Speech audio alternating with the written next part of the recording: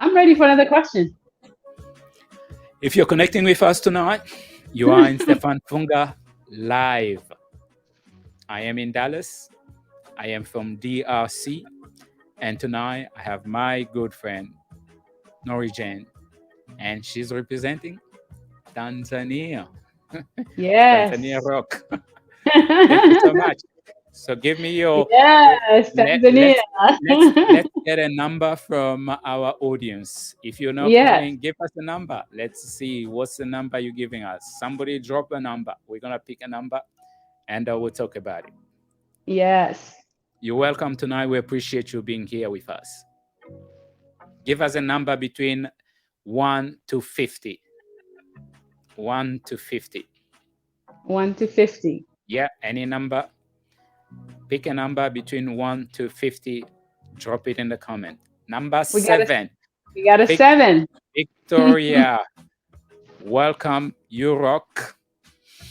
Number Yes. 7. Let's go and see what the question number 7 says. Number 7. Here it is. Wow. Yeah. I'll let you go. Go. Go So, first. ladies first.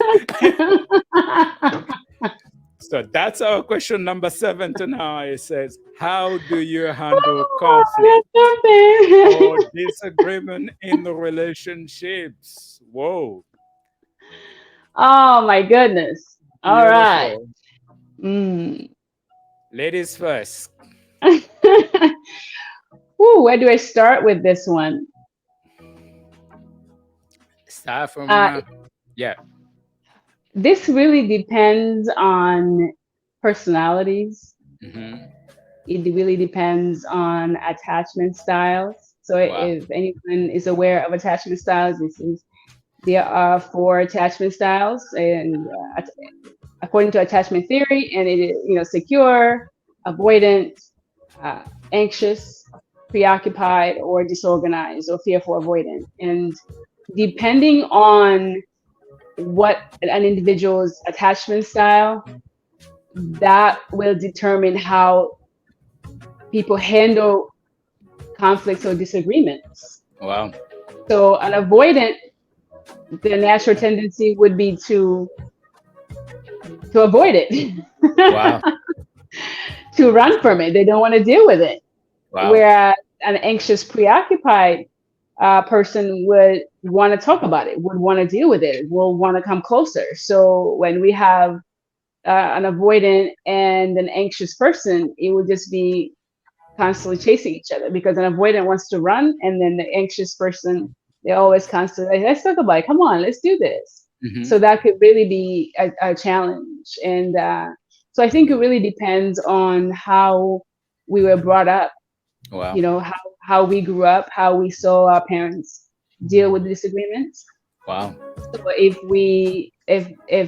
conflict happened where things were kind of swept under the rug and we didn't really talk about it, so that's what we really bring to the relationship.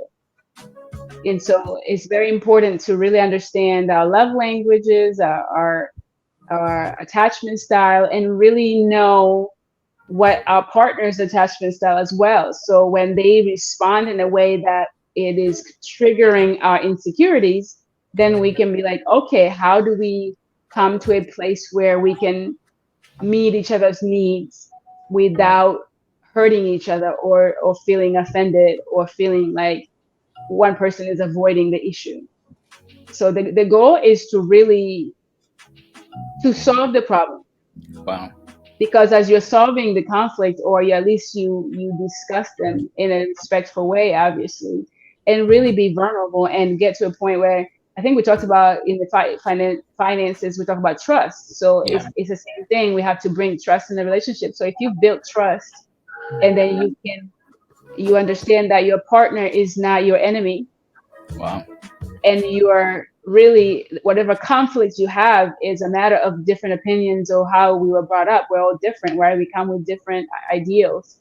So when we can sit down and really talk about it. Again, I don't think you can really avoid talking about things. It's just being in a relationship, it's about discussing the issues and it's really coming together.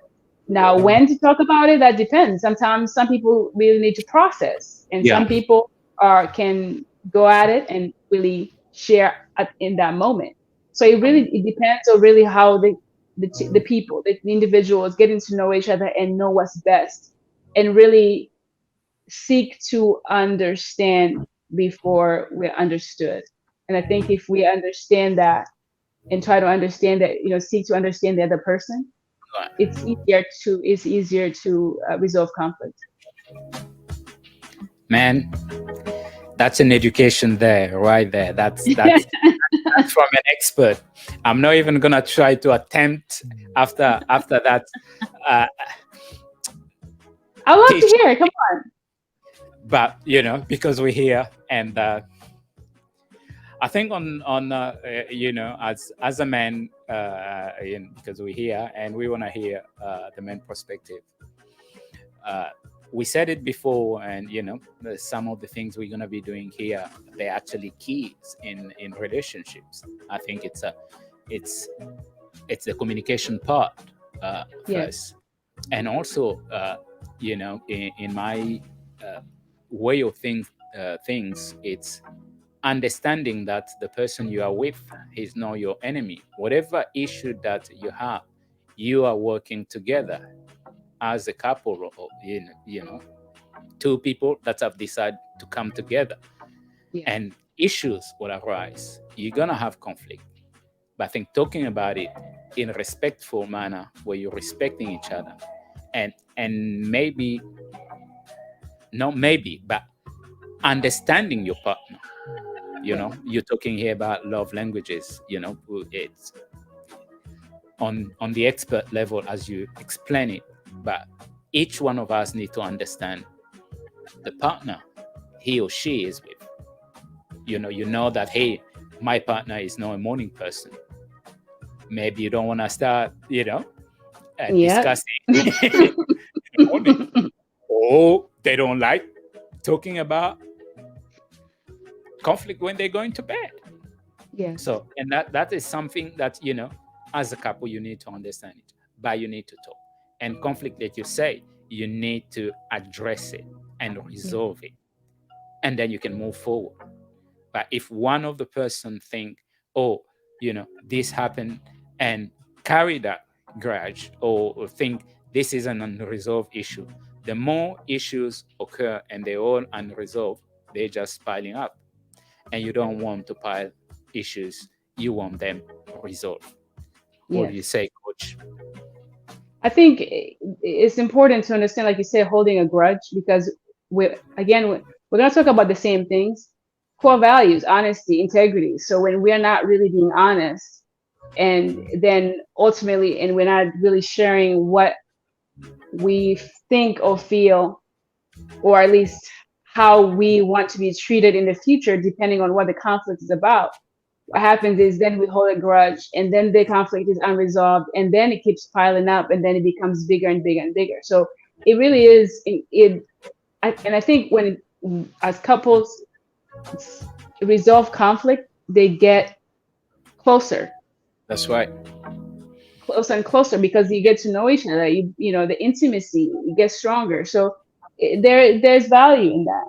And I think I have to admit, there are relationships in my life where there are conflicts Yeah. and ongoing, and it's a matter of growing up and continue to grow, develop, and Yes. understanding, and being honest with our own flaws, or with our own issues, and willing to deal with those, and understand how do I contributing to the situation, and we can see it that way. It's easier to at least be able to try to resolve. Now, some relationship, you may not be able to resolve conflict, because some people do not want to be at peace with you, and that's okay.